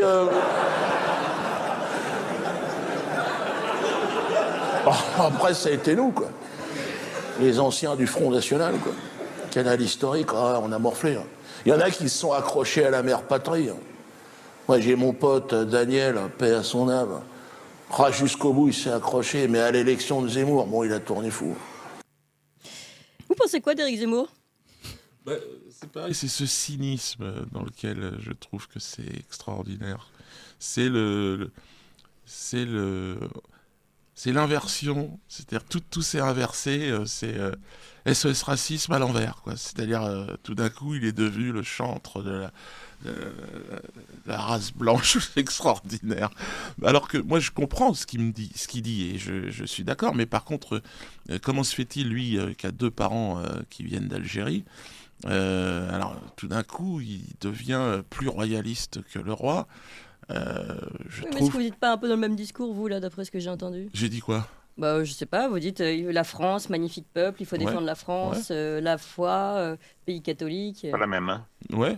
Mais alors, justement, catholique, Jésus, t'en es où, toi, avec Jésus, Éric Zemmour ? C'est qui Jésus pour toi ? Est-ce il que parle c'est des un racines fils chrétiennes. de pute ou c'est non, parce que il y a aussi une version. Il cite tout le temps les racines chrétiennes quand même. Il cite les racines chrétiennes, mais est-ce qu'il a reconnu Jésus ? Oui, mais enfin, on va pas lui demander Il n'en de a se jamais convertir. parlé, mais c'est un peu. Non, mais au-delà de se convertir, c'est qui Jésus pour toi ? Ce serait intéressant parce que pour certaines personnes, Jésus est un imposteur. C'est votre point de blocage en fait, Jésus sur Éric Zemmour. C'est intéressant ça quand même. Oui. Question de Régis de Castelnau. Alors, une question qui va commencer par un constat. Dieudonné, moi, je fais du sport en chambre tous les jours. Je fais du vélo. Il n'y a rien de plus chiant. Donc, je me mets devant la télé, je regarde YouTube et je regarde les sketchs de Dieudonné. Vraiment, hein. C'est pas une blague, ça me détend et comme ça, le temps passe plus vite. Depuis le début, vous l'avez dit tout à l'heure, depuis le début, vous faites de la politique tout le temps. Vous êtes un clown. Vous avez un scalpel et grâce au rire, grâce à la liberté que vous donne votre métier, parce que c'est une liberté totale, grâce à ça, vous décodez un simulacre. Parce que le problème, moi, dans où va mon pays, une des caractéristiques de sa dérive actuelle, que vous avez dans un extrait de sketch parfaitement pointé, en disant c'est à nous les bamboulas de le dire, hein, ce qui est, en ce qui vous concerne, parfaitement exact. Donc, vous déchirez le voile du théâtre qu'on nous impose. On nous dit, on a un président de la République. Non, Emmanuel Macron n'est pas un président de la République. On nous l'a collé là avec la liquidation de Fillon. Enfin, on nous dit on a un Premier ministre, c'est une blague. On a une espèce de petit marquis qui... tout est comme ça. Les médias, c'est pas vrai. On n'a pas des médias, on n'a pas des journalistes, on a des militants, on a des domestiques. Enfin, il y a tout et dans tous les aspects. Et tous vos sketchs sont du décodage politique. Vous faites de la politique tout le temps. Hein. Mais je trouve ça positif parce que ça permet, ça ouvre les yeux. Or, moi, je pense que votre force, et c'est la raison pour laquelle on vous diabolise, c'est la raison pour laquelle on veut vous faire taire. Ça, c'est clair, même s'il y a plein de choses, peut-être non pas plein, il y a quelques points sur lesquels je ne suis pas d'accord avec vous. Ou même j'ai été heurté quand vous les avez exprimés, mais ça c'est pas ni intéressant ni grave. Mais simplement, là vous partez dans une direction politique directement. Est-ce que c'est la bonne voie? Je m'interroge. Vous l'avez déjà fait, hein, vous l'avez déjà fait. Je me rappelle que vous l'aviez fait à des européennes aussi, hein, pour une liste concernant une liste pro-palestinienne, ce qui pour moi n'est pas négatif. Hein. Et donc, voilà, je me demande si cette voie-là, pour les deux artistes que vous êtes, est celle qu'il faudrait entreprendre. La casquette du politique est-elle la bonne pour vous, pour la liberté d'expression? Oui, parce que plus politique que Dieudonné, tu meurs, hein, parce que alors, dans tout ce qu'il a fait. Mais c'est une vraie question et ça a été un débat avec Francis. Moi, je suis abstentionniste, moi. Donc, ce monde-là, cet espace-là me paraît vicié, une sorte de marécage insupportable où finalement, c'est impossible d'avoir un accès à la vérité. Sur la scène politique et je préfère la scène artistique et Francis est arrivé avec cette utopie mais en même temps cette grâce artistique si vous voulez, ce verbe par amitié je me suis dit ok si tu veux mais moi je viendrai à ce moment-là en paprika. L'idée c'est de permettre aux Français d'avoir des artistes pourquoi pas présents au Parlement européen.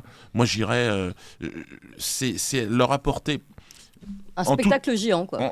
En toute honnêteté, je n'y crois pas. Je n'y crois pas. Il va être content, Francis. Non, mais je n'y crois pas dans ce Parlement européen, tout ça, dans ces gens.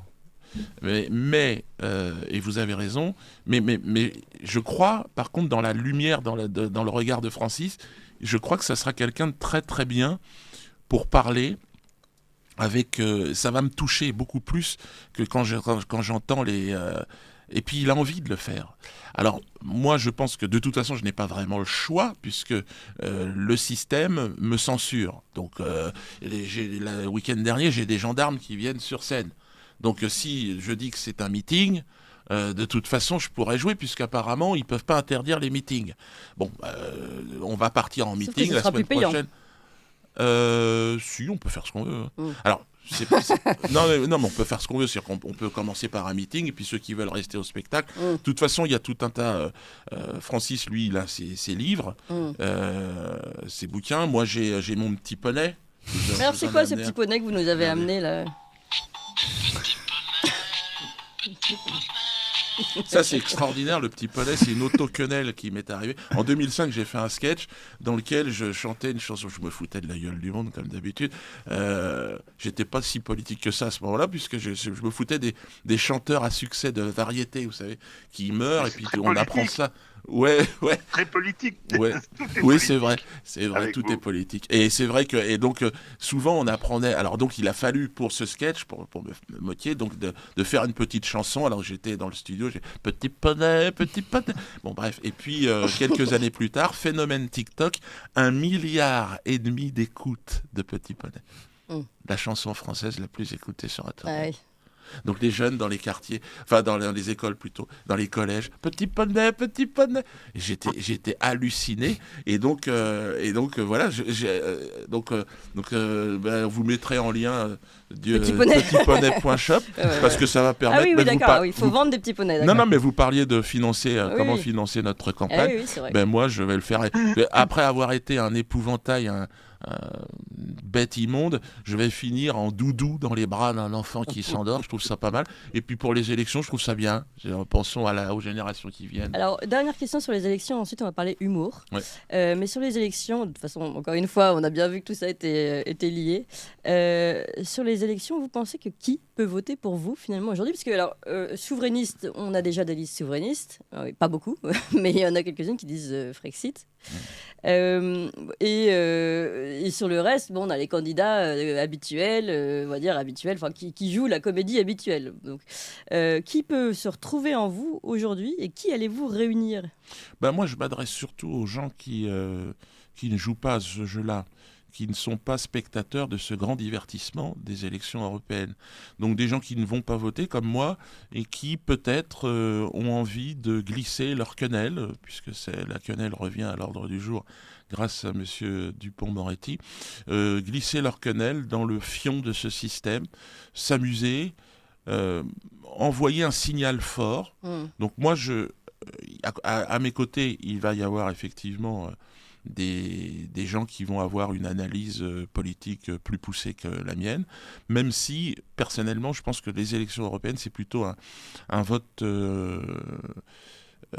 contestataire, un vote où on va pouvoir exprimer des choses. Ressenti. Un vote de ressenti. Donc moi, encore une fois, je fais ça parce que ça me paraît être la suite logique. Je fais ça par amitié avec Francis, qui porte vraiment un message, lui, très très politique. Moi, je pense que c'est une scène qui est intéressante et qui devrait être beaucoup plus occupée par des artistes, parce que les autres nous emmerdent. Ils font chier. C'est-à-dire quand aller assister à un discours, puis c'est tellement... J'irais, pourquoi pas, un débat avec Zemmour, moi ça m'intéresse de discuter avec lui de l'Algérie, de tout ce qui... de ses origines aussi, parce qu'il n'en parle jamais. Et je trouve que c'est dommage. Si, il en a parlé. Pas tellement. Il dit que ses parents, il a béni la France de l'avoir colonisé. Et ses parents étaient très contents d'arriver en France. Ouais. Donc, c'est une manière d'en parler. Enfin, il l'a dit plusieurs fois. Mais on peut lui suggérer le débat. C'est un rapport. C'est un rapport qu'on peut avoir à son histoire. Hein, je veux dire. Mais moi, c'est pour ça que j'aimerais parler avec lui. Sûr. Mais moi, je pense on pourrait discuter avec Éric Zemmour. Mais il est quand même très, très, très, très remonté contre une religion. On pourrait aussi parler de la sienne. Oui, bon, on peut parler de toutes les religions, évidemment. Voilà, ouais. Et quand il dit qu'on est un pays ici chrétien, j'aimerais qu'il me parle de Jésus. Ouais. Bon, ça, on a compris que Jésus, c'était important pour vous. Alors, c'est-à-dire que c'est important pour les Français, puisque c'est la base de leur conscience, de leurs valeurs. Oui. Alors, on va changer de sujet. Juste un petit coucou, puisque vous parlez de Francis Lalanne, que c'est lui qui porte la liste, etc. Un petit extrait où vous parlez de Francis Lalanne dans un de vos spectacles. On a retrouvé ça, c'est assez amusant. Et puis, on va parler d'humour avec Valentin Charmeur. Et donc là, tu vas te présenter aux législatives face à Manuel Valls, c'est ça? Oui, c'est ça. Je le lâcherai pas.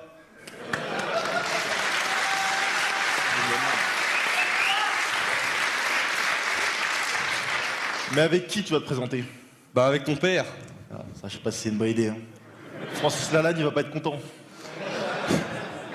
J'en ai rien à foutre, je l'aime pas. C'est vrai que sa musique, elle est pas terrible. Mais bon, enfin bref, pour le saluer à la fin, il sera à la boutique. C'est sympa, hein, qu'est-ce que vous dites à Francis Lalanne? Sa musique, elle est pas terrible, je m'en fous. C'est pas moi, effectivement, c'est mon fils qui dit ça. Mais c'était surtout qu'à cette époque-là, Francis Lalanne avait dit que je ne devrais pas avoir accès à la parole. Il m'avait traité de terroriste. Et à l'époque, il était comme beaucoup, il regardait trop la télé, quoi. Et puis on s'est rencontrés, puis tout ça, et on s'est pardonné tout ça. Et puis moi, j'ai surtout découvert, je connaissais un petit peu, comme beaucoup, des chansons de Francis, mais je connaissais pas sa dimension poétique. Et c'est vrai qu'il y a très peu de poètes aujourd'hui. Mais j'ai toujours aimé la poésie, moi. Et je pense que Francis fait partie de ces derniers poètes, quoi. Des gens qui ont vraiment, un peu comme moi, je suis pèlerin de la farce et du rire. Lui, il est pèlerin de la poésie, et je trouve il vit comme un poète, et c'est un poète. Alors il y a une partie un petit peu, il est un peu fou, mais c'est ça aussi qui le rend attachant, parce que les poètes sont tous un peu tarés, quoi. Ouais. Et les humoristes aussi, et puis je ne vais pas lui donner de Ça leçons. fait une belle liste, ça. Oui. Mais nous, au moins, on le sait. Oui. Tu vois, on sait qu'on est... on n'a pas la prétention d'incarner, si vous voulez, autre chose qu'un peu de panache artistique, quoi. Je ne sais pas où vont les hommes politiques. Je ne sais pas, quand je vois... tout est... C'est d'un tel cynisme, c'est assez moche, c'est assez... ça manque de raffinement, je trouve, la pensée politique et d'engagement sincère, de vérité. Donc je pense qu'on peut amener un artiste qui monte sur une scène, il est obligé d'être porté par un peu de vérité, sinon ça dure pas longtemps. Allez, on va parler d'humour pur. C'est Valentin Schirmer qui tenait particulièrement à aborder cette séquence, qu'on quitte un petit peu la politique et qu'on parle de la geste, justement. Bah oui, parce qu'en fait, pour être très honnête, j'ai découvert Dieudonné, moi, il y a 7 ans. J'étais encore un jeune enfant, pas du tout politisé. Et plus que l'homme, évidemment, les idées, après, je m'en suis un peu séparé, mais en tout cas, l'artiste m'a énormément marqué. Et je pense qu'il a marqué plusieurs générations de jeunes et puis d'humoristes. Et donc, déjà, je voulais commencer cette séquence parce que pour convaincre les quelques personnes qui n'auraient pas encore vu vos sketchs que donc vous êtes l'un des meilleurs, puisque on a retrouvé plusieurs passages, plusieurs extraits médiatiques d'humoristes qui sont aujourd'hui extrêmement mainstream, des gens comme Eric Ramsey, comme Alexandre Astier, et qui vous ont défendu et qui ont surtout loué votre talent. Donc je vous propose de commencer cette séquence par ces messages, vous réagirez ensuite, et puis ensuite on parlera de votre rapport au rire. Bon, il y a un mec super drôle. Dieudonné. Ok, on est d'accord. Il est énorme ce mec. Rien à faire. Il est énorme. Il n'y a rien à faire. Grande sur scène, Dieudonné. T'as vu le dernier là? Je vois tout. Dieudonné, c'est désarmant, Dieudonné. Il est hors catégorie. Ouais. C'est désarmant. C'est la... il est au-dessus de... Ah, non, mais il n'y a personne à sa cheville. Il n'y a personne à sa cheville. C'est le plus grand de notre génération. Vraiment. Un spectacle par an. C'est le plus grand. Oh, c'est lui le soleil de nous, en tout cas. Il a l'habitude de dire au-dessus du c'est le dernier soleil, mais en fait, lui, c'est notre soleil. Hein. Alors pourquoi vous avez apporté comme ça ce soutien à Dieudonné ? Je ne le considère pas tellement comme un soutien, je ne connais pas le gars. Il y a 2 choses auxquelles je tiens. Je tiens à préciser que le type, je ne m'occupe pas de ce qu'il dit en dehors de ses spectacles. Moi, je ne vois que ses spectacles. Ah, c'est le comique qui vous intéresse, en fait. C'est même l'acteur et l'auteur. Je trouve que c'est quelqu'un qui est proprement génial. Je ne suis pas le seul à le penser. Tout le monde, même ceux qui ne lui parlent plus, admettent que c'est un de nos meilleurs. Et d'autre part, je pense que je suis 100 fois plus en colère et honteux d'être dans un pays qui lui coupe la parole et qui l'empêche de faire la promo de ses spectacles et qui le chasse des salles où il est obligé de jouer dans un bus. Je nous trouve sales pour faire ça. Qui disent ce qu'il veut. Je m'occupe Vous pas n'êtes de pas politique. choqué par ces dérapages ? Mais en fait, je crois que ces dérapages sont des réponses parce qu'en fait, il veut pas se taire et que du coup, il continue d'aboyer. Mais il ne m'intéresse absolument pas dans ce domaine. Je m'intéresse à lui pour ce qu'il sait faire de magiquement bien, et c'est pas ça. Et lorsqu'il provoque, jusque dans ses spectacles, par exemple. Dans ces spectacles, la provoque, je la trouve chouette parce qu'il provoque tout. Moi, j'ai vu tous ces spectacles, je trouve que tout le monde en prend pour son grade, toutes les races, toutes les religions. Même quand il fait venir Forisson sur scène. Forisson sur scène, c'est pas un spectacle que j'ai vu, ça. Mais comme il parle de Forisson, ça me fait rire. Oui, le type qui nie tout, qui nie y compris tout ce qu'il y a autour de lui, qui nie aussi le mur de l'esclavage et tout ça, le pèlerinage des esclaves. Il parle bien d'un type qui nie tout, et puis il le dit, il le décrit comme un type qui est un peu taré de tout nier. Vous pensez qu'il ne soutient pas, il n'y a pas de soutien à Forisson dans la façon dont Dieudonné en parle ? Il provoque en invitant un type ininvitable. Mais encore une fois, c'est pas ça qui est intéressant chez lui. Je ne m'occupe pas de ce genre de truc-là. Je ne suis pas politisé. Je ne suis contre personne. J'aime pas les religions. Je vous le cache pas. Je suis pas religieux. Je pense que la religion, on devrait laisser un peu tomber ce truc-là de nos jours. On devrait passer à autre chose. Mais Dieudonné. Il a été massacré avant même de pouvoir s'exprimer vraiment. En plus, que tu prennes tous les humoristes du Jamel Comedy Club, on reconnaît tous que Dieudonné sur scène, et je te parle pas de ce qu'il dit en dehors de scène, c'est une leçon. Au niveau des personnages, etc. Tout le monde. Et avant le divorce de Patrick, il faut savoir qu'il avait déjà des soucis et il a reconquis déjà une première fois le public avec son spectacle parce qu'au niveau de la scène, Dieudonné, c'est indiscutable. Il est super bon, quoi. Quand tu regardes, et bon, évidemment, après, tu choisis, quand tu lis Céline, tu choisis de mettre de côté ce qu'il pense. Bon, après, c'est vrai que c'est devenu super tendancieux. Le seul truc qui est dommage, c'est que Dieudonné, qui était un artisan, peut-être un des derniers de la liberté d'expression, toute sa démarche, finalement, ça a été l'inverse et que ça s'est encore plus refermé depuis ces incidents. Et moi, moi, avec ma gueule, tu penses bien que je dis le mot juif ou autre pendant mes spectacles, il y a l'espèce de fantôme du Dieudonné qui ressort à chaque fois, quoi, à chaque coup. Et c'est ça qui est juste dommage, c'est que finalement, ça a servi à encore reculer au niveau de la liberté d'expression, etc. Dieudonné au-dessus de rien.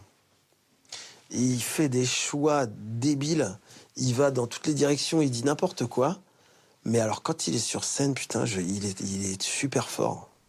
Il est super fort. Vous avez envie de réagir à cet extrait, Non, je suis flatté que mon travail, parce que c'est vrai que j'ai beaucoup travaillé.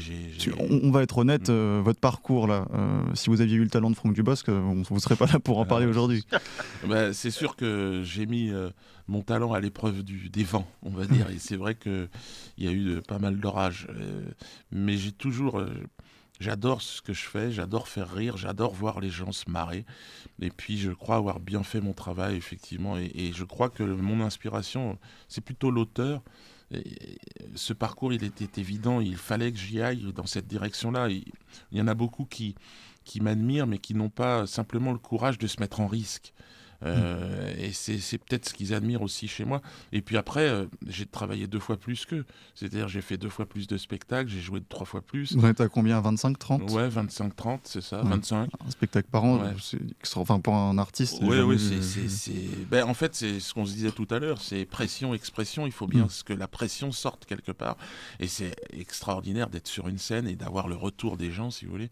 Ils vous portent, en fait, et vous les portez dans le rire. Et c'est cet échange-là qui permet de pas... Quand je vois des gens de cette génération qui sont passés dans le cinéma, par exemple, et ils deviennent fous à la fin. On va pas prendre l'exemple de Palman, mais on a le même âge, on a commencé à peu près en même temps, et c'est un système qui rend fou les gens. Et la plupart sont soi-disant... en fait, on vous sort de la réalité et on vous met dans une situation, dans une posture où tout le monde vous aime. Et à la fin, c'est un monde de mirage. Mais j'aimerais revenir justement à cet artiste que vous êtes, parce que je pense que c'est aussi le plus grand gâchis finalement de toute cette histoire, c'est que la France s'est privée de son plus grand humoriste de ces 20 dernières années. La France des médias, la France des médias, oui, BFM, évidemment. La France mais du cinéma. Je parle de collaboration artistique que vous auriez pu avoir aussi avec Alexandre Astier, parce que je pense que vous avez à peu près le même humour ou un autre, mais c'est dommage pour ça. Mais j'aimerais rentrer un petit peu... Astier, Dupontel, je n'enlève pas dans l'idée qu'on puisse un jour faire quelque chose ensemble. Vous avez des inspirations d'ailleurs de gens qui vous inspirent, qui sont vivants aujourd'hui, des humoristes Daniel Prévost, c'était un ami, et bon, je sais que ça lui a coûté cher d'être mon ami d'ailleurs. Il a dû subir des choses. Après, Prévost a été vraiment un modèle. Et puis dans l'humour, chez les autres humoristes que Prévost, les inconnus, évidemment, c'était ma génération un tout petit peu avant moi, et puis Coluche, évidemment. Et je pense que la démarche même de Francis aujourd'hui et de cette liste, elle s'inscrit vraiment dans cette démarche de Coluche, quoi. C'est-à-dire d'artistes qui, à un moment donné, en fait, les médias deviennent irrespirables. C'est-à-dire... on ne peut plus y croire, ils nous saoulent, on sent la propagande, vous le disiez tout à l'heure, là, ce sont des auxiliaires politiques, enfin ou de police, je sais pas, et ça devient impossible, et il faut un petit peu de grâce pour attirer l'attention des gens qui nous écoutent, là, un tout petit peu, pas beaucoup, mais il faut un peu de vérité, il faut un petit éclat, quoi. Et c'est ça qui manque, quoi. Et moi, je fais partie de ceux qu'ils ont exclus. Mais il y en a d'autres, je suis pas le seul. Il y en a plein. On parlait tout à l'heure de Soral. Je trouve que c'est dommage qu'on n'ait pas la possibilité. Non, mais qu'il n'ait pas la possibilité de s'exprimer ici. C'est fou. C'est sûr. Moi, je voulais vraiment revenir sur votre débat d'humoriste parce qu'on a parlé longuement de liberté d'expression, mais sur comment qu'est-ce qui vous a amené au rire, vous, personnellement? Comment évolue votre rapport au rire? Parce que vous êtes aussi un humoriste qui est extrêmement complet dans sa palette de rire, c'est-à-dire que vous êtes un auteur, vous avez un langage, une gouaille, mais en même temps, vous n'êtes pas que ça, vous avez aussi un geste, et plus qu'un geste, plus que les mimes, les accents, il y a, je trouve, chez vous, qui ressort énormément, c'est une musicalité. Exactement. Et vraiment, si vous m'avez fait comprendre quelque chose sur l'humour, c'est que l'humour, c'est d'abord d'une musique et du rythme. Est-ce que vous pourriez me parler de cette musique? Parce que je vous le dis... On va passer ensuite, si vous le voulez bien, un extrait où je trouve que ça incarne très bien cette palette d'humour. Mais vous m'avez fait comprendre que les paroles sont presque parfois, dans certains moments de grâce que j'ai vus de vos spectacles, les paroles n'ont plus aucune importance et que c'est uniquement votre rythme qui crée l'effet comique.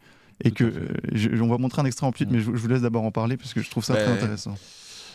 Je parlais de Prévost tout à l'heure. Il y a un maître qui était Claude Nougaro. Et le jazz, et c'est lui qui m'a donné le... Claude... Et d'ailleurs, vous lui rendez un hommage à chaque spectacle, vous faites un moment musical pour lui. Et Claude, lui, quand il parlait, il avait cette façon de chanter, c'est-à-dire qu'il y avait systématiquement, même dans sa façon de parler comme ça, il y avait de la musique. Et c'est vrai que j'ai baigné, encore une fois, c'est lui qui m'a inspiré. Donc, et donc, lui et Audiard, parce qu'on est tous le mélange. J'allais vous demander Audiard, parce que vous avez déjà entendu parler de Nougaro, mais Audiard, évidemment, pour la gouaille. Évidemment, Audiard. Et le sens, c'est un poète pour moi aussi. Et donc le jazz, Nougaro, Audiard, voilà, je serais peut-être le mélange de tout ça. Et puis effectivement, le rythme dans le jazz, c'est gérer les silences. C'est magnifique, un silence. Et je pense avoir effectivement créé par certains silences dans mes spectacles des rires qu'on n'avait pas encore vu. Voilà, c'est ce que je vous montre. On va passer un extrait. C'est un extrait qui date des spectacles, du spectacle Les Médias de 2017, où d'ailleurs peut-être que Clémence se reconnaîtra. C'est une parodie d'information, de mainstream. C'est sympa, merci. Non, mais on va passer l'extrait et puis on verra ce silence à la fin qui crée le rire. Pour moi, c'est extraordinaire en humour. Bonjour, je me présente Catherine Potiron. Je peux vous poser quelques questions? Qu'est-ce qu'il y a? Ah, c'est le personnage. Oui, c'est le personnage. C'est bien fait. Dans le regard, on a l'impression que c'est quelqu'un d'autre. Ouais, tu t'es fait avoir, toi. Ouais, ferme-la, par contre. Ferme ta bouche.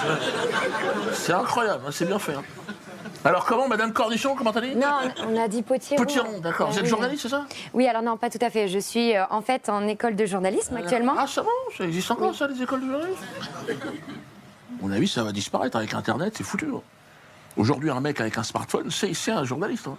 Donc, à mon avis, vous êtes jeune, trouvez-vous notre formation, un vrai boulot. Parce que là, vous aimez parler aux gens, c'est ça? Oui. Ah ben, faites coiffeuse. En plus, c'est des écoles payantes à tous les coups, c'est ça? Les parents, mettez-vous à la place des parents aussi. Mais enfin, c'est la moitié qui est payante. Ah. L'autre moitié, c'est l'État. Ah, c'est nous qui payons l'autre côté? Bah oui. Ah non, mettez mon nom, moi je me retire du projet. Attends, je vais pas commencer à cotiser pour des journalistes qui me crachent à la gueule. Ça suffit, je suis pas maso. Vous allez mettre quoi dans votre article? Que je suis une ordure, un raciste, un antisémite? Ah non, pas du tout. Mais t'es obligé, sinon ça sortira jamais ton truc. Elle est complètement taré, l'autre. Vous allez mettre que je suis un mec bien? Non, pas forcément non plus. Bon, vous avez des bases quand même.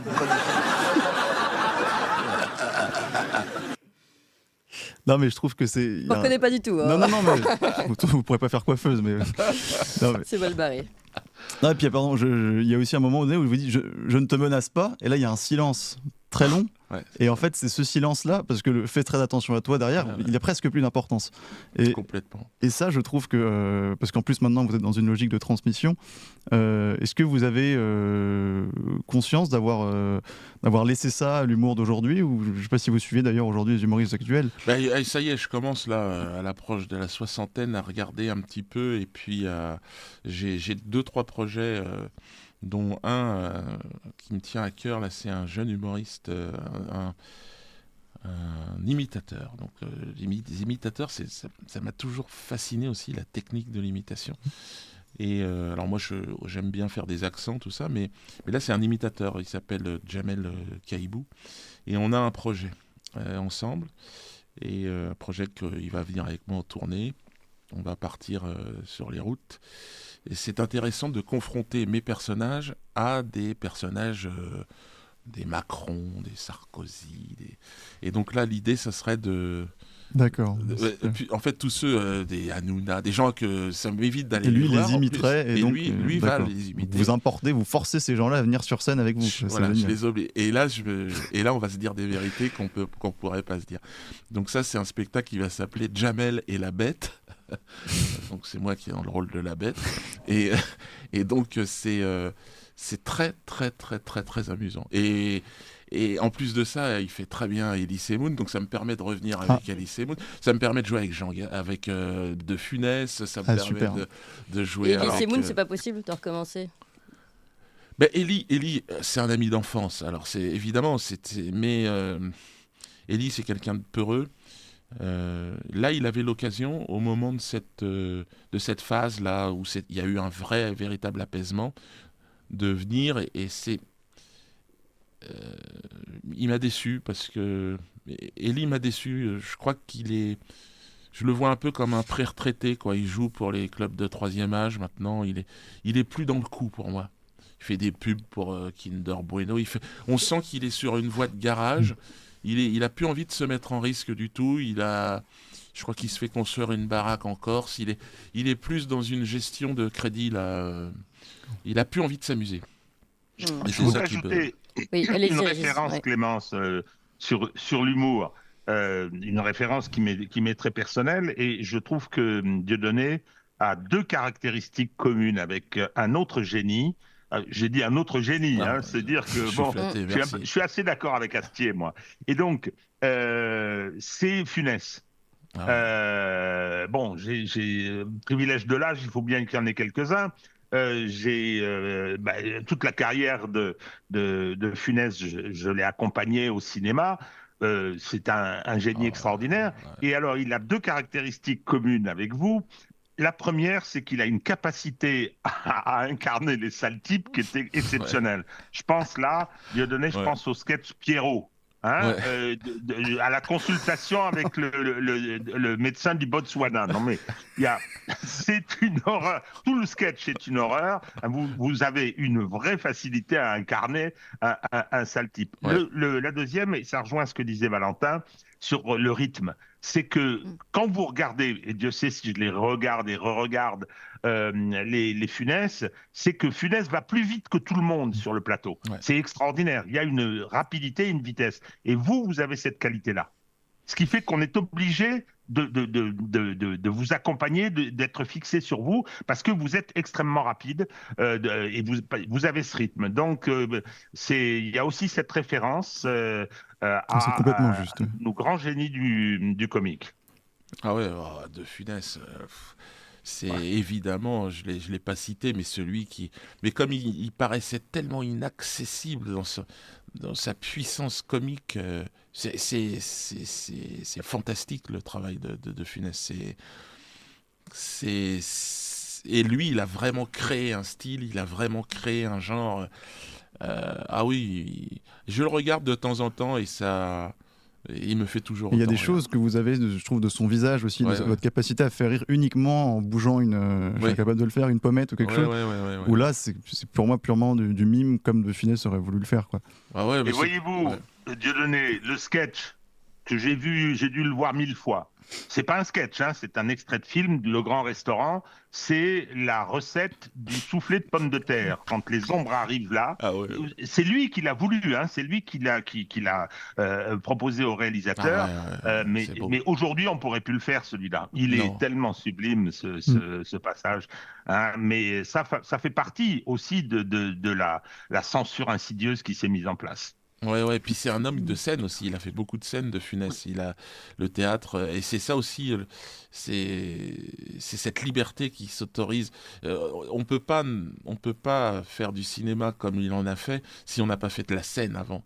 Et c'est un homme, c'est un musicien extraordinaire et un homme de scène. Et aujourd'hui, c'est ce qui manque un peu, je pense, chez les dans les comédies françaises, c'est d'avoir des gens qui se sont déjà rodés un petit peu à l'humour sur scène. Alors bon, moi je le fais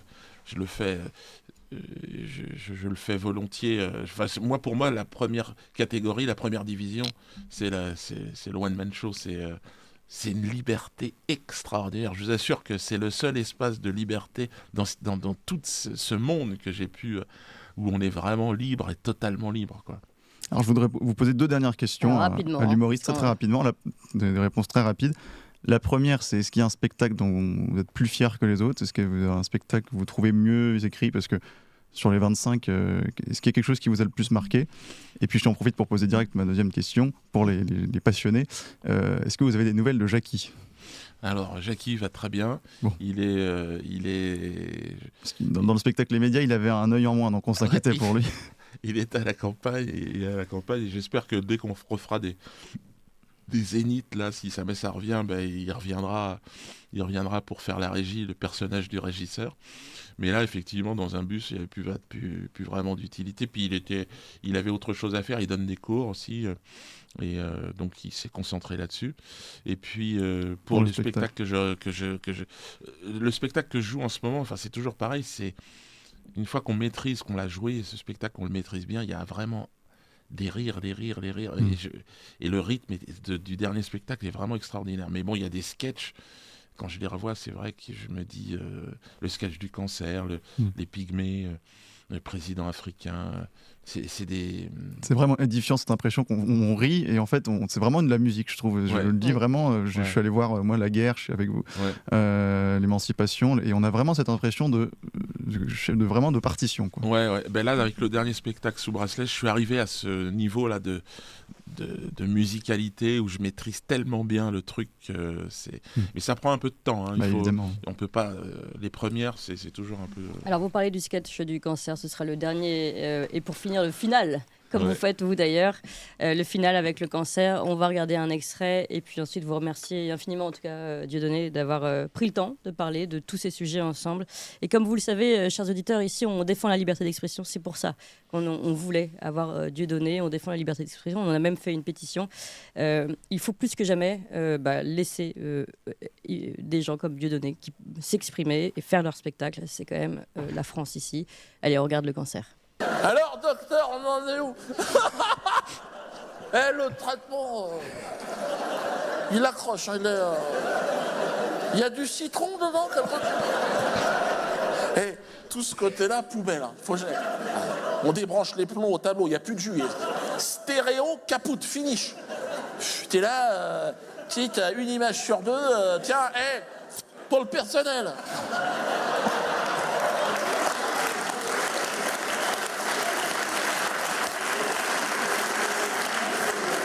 Bon, en face, le spécialiste, il est mal quand même, le gars. Tu vois, il va pas te dire que t'as bonne mine. Ah. Il a un certain culot, mais il sait se tenir. Donc il se concentre, tu vois, le blaire sur son papier, il dit, mais on est dans la bonne direction. Apparemment, la tumeur a rétréci quand même. Il manquerait plus que ça, docteur. Tout a rétréci, là. C'est quoi le jeu? À la fin, il y a une tumeur avec un costard? Bon, le spécialiste, il est mal, il est là, le mec, merde, qu'est-ce qu'on fait, là? Attends, il a pas, c'est des expériences qu'ils font, il a pas envie de se faire choper non plus, le mec. Hein. Quand t'as 3 tumeurs qui clignotent en même temps, une autre au bout du museau, t'es là, merde. Alors elle dit, on va quand même changer de traitement, on va prendre un nouveau protocole. Quelque chose d'un peu plus doux. Ah bon? Parce qu'il était pas bien, finalement, le protocole. Là, il te file des pastilles jaunes, des vertes et des bleues. Jusqu'au bout, on t'emmerde. T'es chez toi, t'as un plan de vol, accroche-toi. Alors attends, chérie. Un quart de la jaune à 14h. On l'a pris à quelle heure, la jaune, ma puce? Tu ramasses cette merde, tu jettes ça en l'air. Tu les picores à la volée. Le résultat est identique. 15 jours plus tard, tu te retrouves avec des maladies du Moyen-Âge. Crise d'épilepsie, chiasse alsacienne, la totale. Voilà, en tout cas, nous aussi, on fait tomber le rideau. Merci beaucoup, Dieudonné, d'être resté ici pour cette interview. Merci à vous. J'espère que vous allez... C'est rare. Bon, c'est ma première émission depuis pas mal de temps. Nous, c'est notre dernière émission. Donc oui, c'est exactement. Non, mais c'est un bel au revoir. Je pense pas. Mais en tout cas, je pense qu'elle va être regardée par pas mal de curieux. Et puis, je lui souhaite vraiment une bonne chance parce qu'il y a besoin de médias comme vous aussi, et puis que malheureusement, je ne sais pas comment, étant donné la puissance de ces médias subventionnés là, qui sont aux ordres, je ne sais pas comment vous pouvez réussir à vivre. Moi, en tant qu'artiste, je vois déjà ce qui se passe.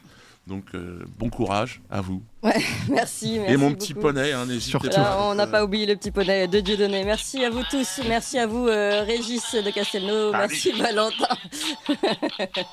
Merci, Dieudonné. On va rester là-dessus. Et on vous dit à demain, 7h30.